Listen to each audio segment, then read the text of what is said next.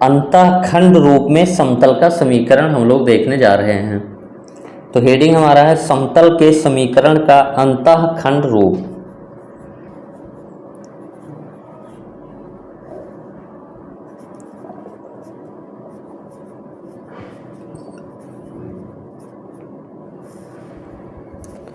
समतल के समीकरण का अंतःखंड रूप, इंग्लिश में इसको हम लोग लिखेंगे intercept form of the equation of a plane.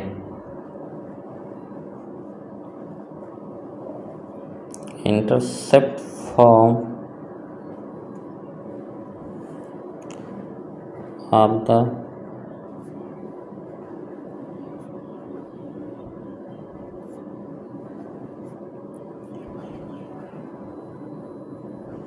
Equation of a plane.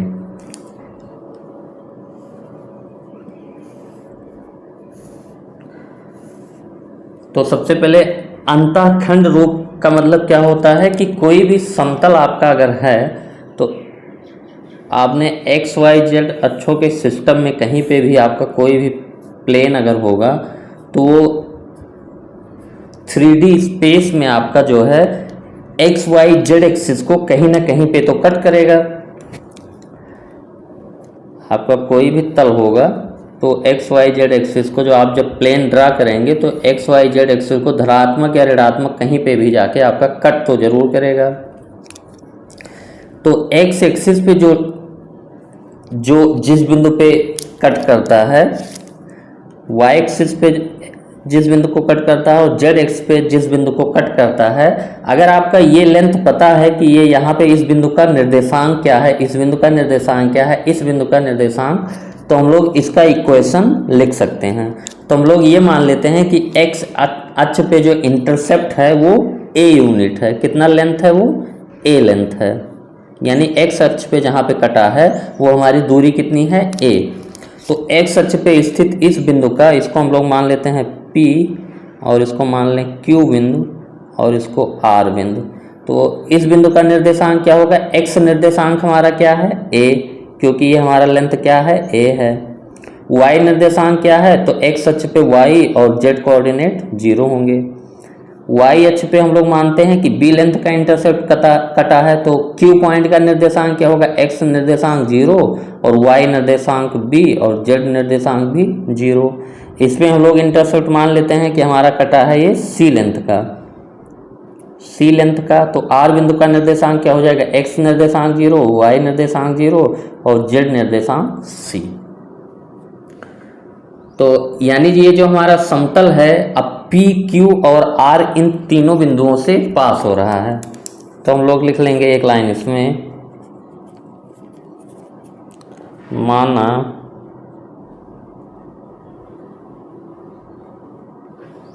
माना समतल द्वारा x, y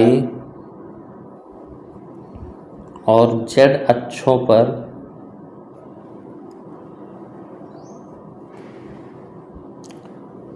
कटे अंतःखंड क्रमशः A, B और C हैं।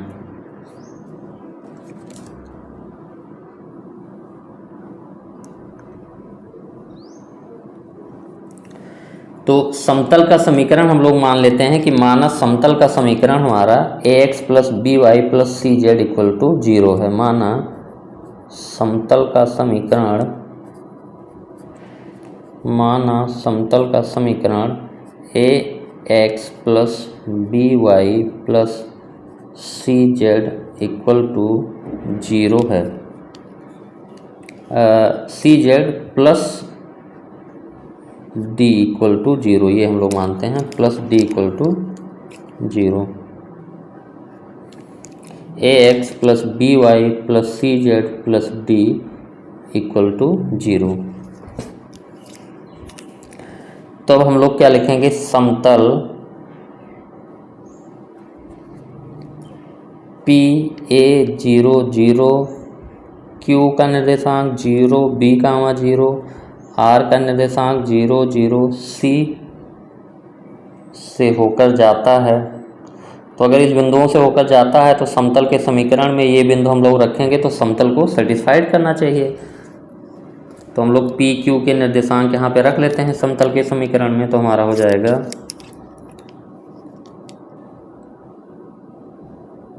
x की जगह पे हम लोग क्या रखेंगे a, तो ये हमारा हो जाएगा a into a plus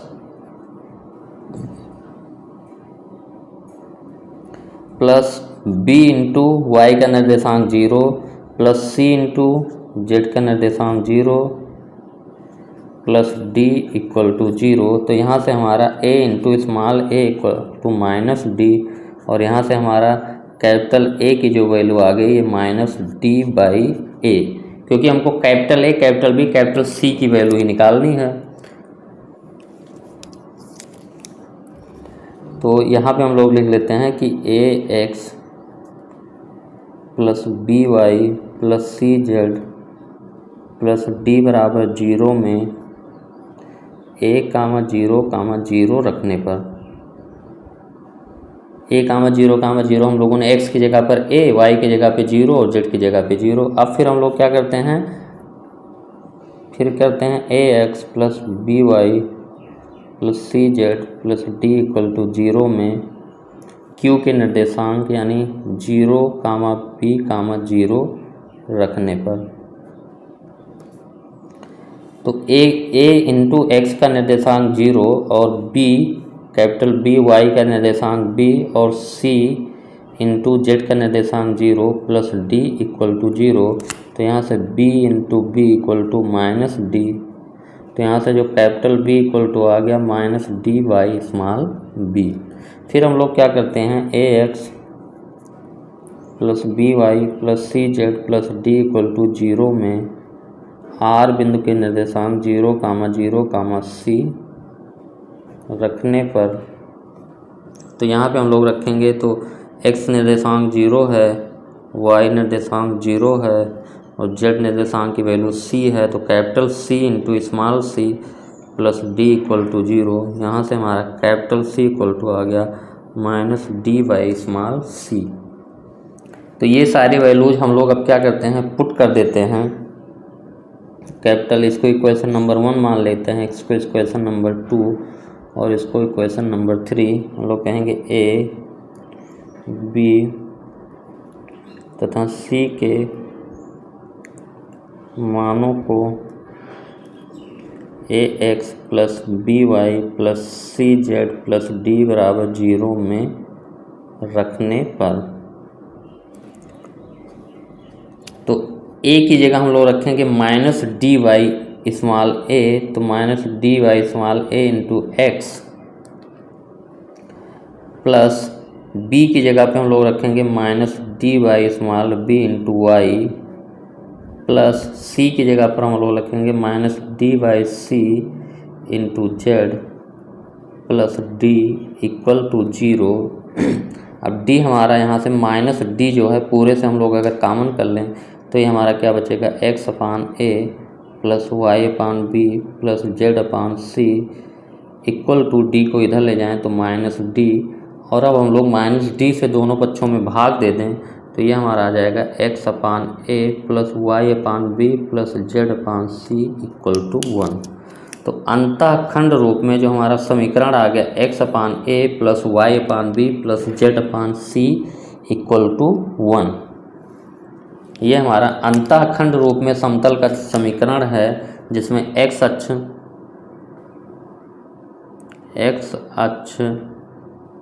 y अक्ष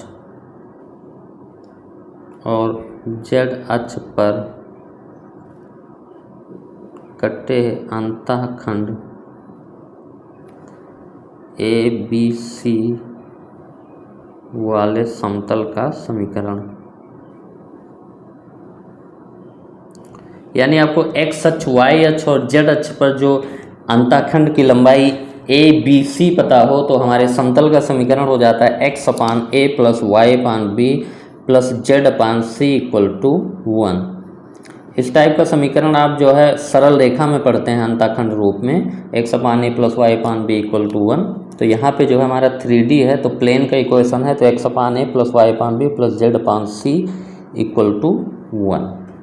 ये सिंपल सा हमारा जो है फार्मूला है समतल का समीकरण। अब इस पर एक क्वेश्चन हम लोग देख लेते हैं, जो एग्जाम्पल नंबर आपका 19 है। क्वेश्चन हमारा क्या है कि उस समतल का समीकरण ज्ञात कीजिए जो x, y और z अक्षों पे क्रमशः 2, 3 और 4 अंतःखंड काटता है। तो इसके लिए सीधा सा हमको पता है कि जो समतल का समीकरण होता है x upon a plus y upon b plus z upon c equal to 1। ये हमारा क्या है, x, y और z अक्षों पर कटे अंतःखंड ए बी सी वाले समतल का समीकरण। तो यहाँ पे हमारा जो x अक्ष पर कटा अंतःखंड है, a की वैल्यू है 2, b की वैल्यू है 3 और c की वैल्यू है 4। तो समतल का समीकरण हमारा x upon 2 plus y upon b plus z upon 4 equal to 1। ये सिंपल सा फार्मूला और सिंपल सा यूज। या इसको आप अगर एलसीएम ले लें तो 4 तिहाई 12 आ जाएगा इसका एलसीएम। तो ये हमारा हो जाएगा 6x plus 4y plus 3z equal to 12।